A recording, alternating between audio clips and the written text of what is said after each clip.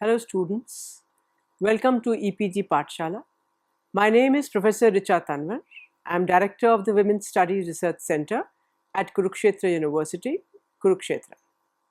Today I am going to discuss about patriarchy, rise of patriarchy and subversion of matriarchal ethos in Indian society, femininity, masculinity and the sexual division of labor.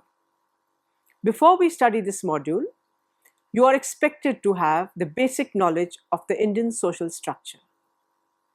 The objectives of this module are to make you understand the concept of patriarchy and the process through which it operates in society with special reference to India. Meaning of patriarchy. In most of the societies in the world, men have dominated as decision makers within families as well as in various public spaces. The literal meaning of patriarchy lies in the principle of the domination by senior males over others, male as well as female, in the family, tribe, or nation, along with the running of descent through the male line. Over time, this principle of seniority was increasingly substituted in the feminist discourse by an emphasis on control or power of men over women in the family and larger society, specified primarily as control over their productive and reproductive activities. Volbe in 2010, she defined patriarchy as a system of social structures and practices in which men dominate, oppress, and exploit women. Hartman in 1981 defined patriarchy as a set of social relations between men which have a material base and which, through hierarchical established or create interdependence or solidarity among men that enable them to dominate women. Patriarchy represents a social and cultural system in which all the material resources, for example, land, property, etc., are owned and controlled by the senior male who is the head of the family. And by virtue of that, he enjoys control over all productive and even reproductive behavior of women in the family. Patriarchy is reflected in societies in multiple ways. It gets nourished through the stereotyping that takes place during the process of socialization, whereby, right from the time of birth, a child is trained to acquire a gendered behavior, vocabulary and body language that go with the cultural values and norms in a particular society. Patriarchy represents a social and cultural system in which all the material resources, for example, land, property, etc., are owned and controlled by the senior male who is the head of the family. And by virtue of that, he enjoys control over all productive and even reproductive behavior of women in the family. Patriarchy is reflected in societies in multiple ways. It gets nourished through the stereotyping that takes place during the process of socialization, whereby, right from the birth, a child is trained to acquire a gendered behavior, vocabulary, and body language that go with the cultural values and norms in a particular society. Patriarchy has by and large been treated to have contributed tremendously towards the subjugation of women in both private as well as in public domains. Cultural norms in most of the societies of the world are characterized by patriarchy, that is, domination of men in decision-making positions and subordination of women. This has often led to defining the work performed by men as more important, productive, and valuable in comparison to the work done by women. Patriarchy is often cited as the main reason why even economic independence among women has failed to grant them freedom and equal status with men. Patriarchy is therefore an ideology which legitimizes the domination of men over women in all spheres of life, thereby making a larger share of resources available to men at the cost of women. It begins within the private domain of family, extending beyond the familial boundaries to the public life and the workplace. Thus, patriarchal structures characterize even the economic, political, and religious organizations where men are the decision makers and at the helm of affairs, while women are placed at the bottom of the power hierarchy. In India, for example, all the major political parties are patriarchal in the sense that, barring a handful of women, are headed by men. All religious organizations are headed by men to an extent that at some places of worship, women are even debarred from entering. Rise of patriarchy. In her book, Theorizing Patriarchy, Wolby in 1990 presents a theory for understanding the patriarchal system and its association with capitalism. She argues that patriarchy is made up of 6 structures: paid work, household production, culture, sexuality, violence, and state. In her earlier work, Theorizing Patriarchy, Wolby presents a theory for understanding the patriarchal system. In her later work, Gender Transformation in 1996, Wolby further investigated the changes that had occurred in gender relations in the last half of the 20th century.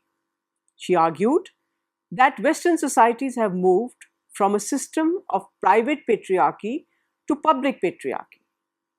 By that, she implies that till mid-20th century, women's lives were mostly controlled and restrained by men within their immediate family.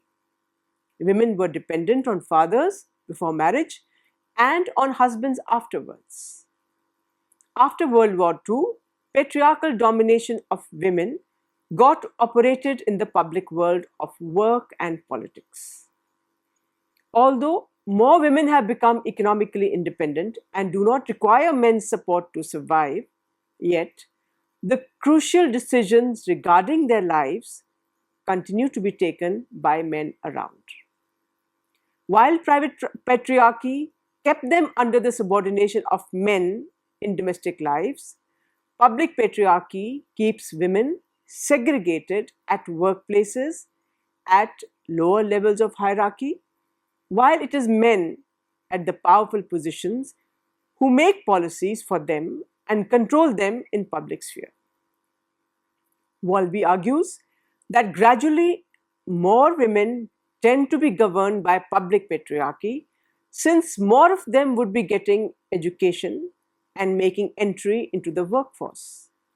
Interestingly, both kinds of patriarchy affect women differently depending upon their age, income, religion, position in life, course, and so on. Talking about the rise of patriarchy, Holmes in 2009 argues that as the Western society entered the modern era, the increasing complexity of society saw distinctions made between different parts of people's everyday lives. A key distinction was between those areas of life through private and those thought public. Nature, rather than reason, was thought to govern the bodily and emotional messiness of relationships. Women were thought to be closer to nature and thus suited to tasks within the private sphere. The messiness of women's bodies was supposed to make them incapable of the reason needed for proper political debate, and so they were actively excluded from public decision making.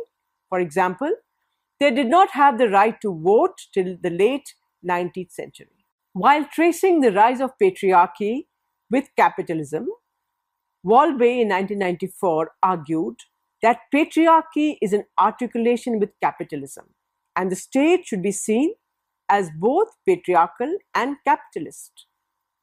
She builds her argument by saying that the state acts to support patriarchal relations in a variety of ways, which include the limiting of women's access to paid work, the criminalization of forms of fertility control, support for the institution of marriage through the cohabitation rule, etc. During the 19th and early 20th century, many men began to insist that their wives should stay at home and not take work outside. Women's going out to work was considered to be a blot on the masculinity of their men. Therefore, as various studies have shown, as soon as a family experienced upward economic mobility, it would withdraw its women from work. Further, women had never been participating in decision-making process within as well as outside families. The public spaces, for example, the panchayat, marketplaces, public transport, administration, etc., have all been male spaces in which women had no place or role to play. Patriarchal structures actually grew stronger with the advent of industrialization and technological revolution. There has been a clear-cut domination of men over technological know-how and expertise. For centuries, barring a few women, men have been encouraged to study medicine, engineering, astronomy, mathematics, and politics, thus making the entry of men into these spheres easier, while women's reproductive capacity was often treated as their handicap. As narrated by Regge in 2003, for several decades, the standard anthropological definitions of patriarchy and matriarchy were derived from an essay written by Ratcliffe Brown in 1924, The Mother's Brother in South Africa. According to Brown, a society may be called patriarchal when descent is patrilineal, that is, the children belong to the group of the father. Marriage is patrilocal, that is, the wife removes to the local group of the husband. Inheritance of property and success are in the male line. And the family is patripotestal, that is, the authority over the members of the family is in the hands of the father or his relatives. On the other hand, a society can be called matriarchal when descent, inheritance, and succession are in the female line.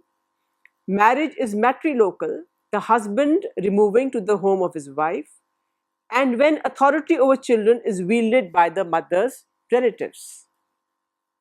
Regge moves on to argue that this definition clearly indicates that familial authority in either system is expected to repose with the males. The father in the one, the maternal uncle or the other male relative on the mother's side in the other.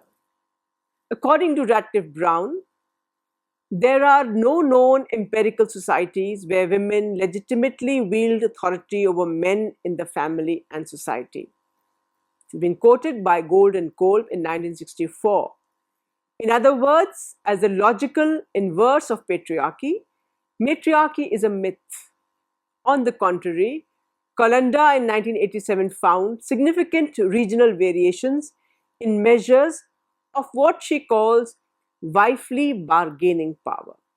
Talking about the rise of patriarchy, Holmes in 2009 argues that as the Western society entered the modern era, the increasing complexity of society saw distinctions made between different parts of people's everyday lives. A key distinction was between those areas of life through private and those thought public. Nature, rather than reason, was thought to govern the bodily and emotional messiness of relationships. Women were thought to be closer to nature and thus suited to tasks within the private sphere. The messiness of women's bodies was supposed to make them incapable of the reason needed for proper political debate, and so they were actively excluded from public decision making. For example, they did not have the right to vote till the late 19th century. Anthropologists now agree that there is no evidence to substantiate the claim that any society has ever come under such control, as cited by Gold and Kolb in 1964. Hence, sexual asymmetry in the exercise of power has been found to exist in the form of universal or near universal domination of men over women. Femininity and masculinity. Every society defines social roles on the basis of gender. In fact, since birth, a child is socialized according to the sex that she has. For instance, the color and types of dress is chosen on the basis of sex of the child. The toys are also selected on the basis of the sex. Right from the beginning, gender consciousness is reinforced in the child through the process of reward and punishment. Girls from the very childhood are encouraged and rewarded for internalizing the feminine traits. Example, submissiveness, emotiveness, tenderness, modesty, patience, and the like. Whereas boys are encouraged to be assertive, dominating, aggressive, competitive, and ambitious. Anne Oakley in 1972 is a pioneer in exposing the social construction of gender in light of the huge cross-cultural variations across the world. She argues that people learn the normal ways to act feminine or masculine in their society through the process of socialization. Oakley argues that early socialization of children within the family is especially important in teaching people to act in ways thought appropriate for their gender. Further, the process of reward and punishment tend to reinforce the notions of masculinity and femininity among the young children. For instance, a boy is rewarded for displaying risk-taking, adventurous behavior, and dominance, while a girl is discouraged against such behaviors and vice versa. Masculinity and femininity are socially constructed. Are women born with femininity and men with masculinity? One could find many girls behaving like boys, wearing a hairstyle that is considered masculine, and dressing up like a boy. Similarly, it is not uncommon to see boys having a very delicate body, modest in their behavior, and with feminine characteristics. Actually, a boy with feminine traits is vulnerable to ridicule and sarcasm by his male and even female friends and relatives, and the same applies to a girl with masculine traits. Therefore, society, through reward and punishment, forces boys to grow as men and girls to grow as women. In relation to femininity, it is thought that women's traditional or natural role is as mothers.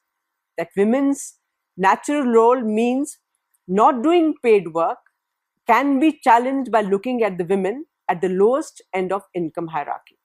Feminine work has primarily been thought to include homemaking, child caring, mainly the domestic activities within the private sphere. Activities in the public sphere have been considered to be masculine. Further, women's body has been under the lens at all times. For a long time, masculinity and femininity were treated to be biological and thus naturally given to men and women. It is only after social anthropologists conducted extensive empirical studies across countries that it came to be realized that there are many societies in which the heavy and more strenuous work is performed by women, and as a result of that, they have muscular and hefty bodies, which may be considered as masculine in other societies. However, it is a fact that despite tremendous changes in the wake of industrialization and modernization, the notions of masculinity and femininity have refused to weaken. Rather, these have been reinforced. It is so difficult to dilute the notions of masculinity and femininity, which is reflected by the fact that despite the changed gender roles and entry of women in male-dominated professions, women's femininity has not been compromised. More women of all age groups are going to beauty parlors today to maintain their femininity. In some of the Southeast Asian countries, it has been reported that young girls working in the corporate sector are paid by their employers to go overseas in order to procure appropriate dresses and apparels to look attractive at their workplace. Further, young women have been increasingly going in for surgery in which, apart from flesh, muscles of thighs are removed to make these women look thin. After such a surgery, however, they are permanently not able to run or walk fast. Being expressive, emotional, altruistic, and patient are all considered as feminine traits, which women are expected to possess irrespective of their profession or educational qualifications.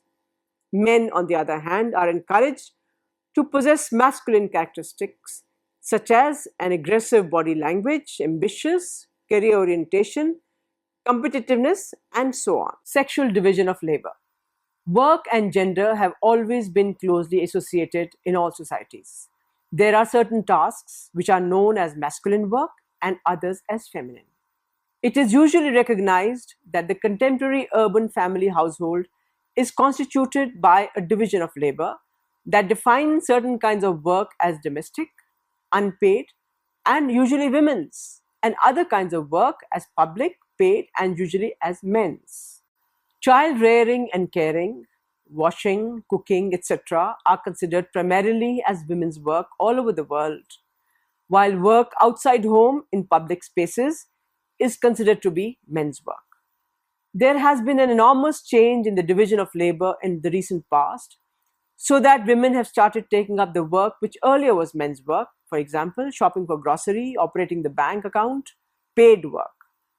This kind of division of labor has another dimension too, in that societies place men's and women's work in a hierarchy, so that the tasks assigned to women are unproductive in that these do not bring any money, while men's work is productive because it brings in money to the family. Feminists have struggled hard to bring loads of invisible work performed by women round the clock under recognition by societies as productive work. The sexual division of labor has often been explained in terms of nature versus culture opposition, whereby it is argued that women are closer to nature while men are closer to culture. Pursuing the biological theory, they have been naturally designed for the activities of childbirth and childcare. Since women are confined to the domestic context as opposed to men who operate in the political and public domain of social life. A majority of men today are not hostile towards their wives going out to work.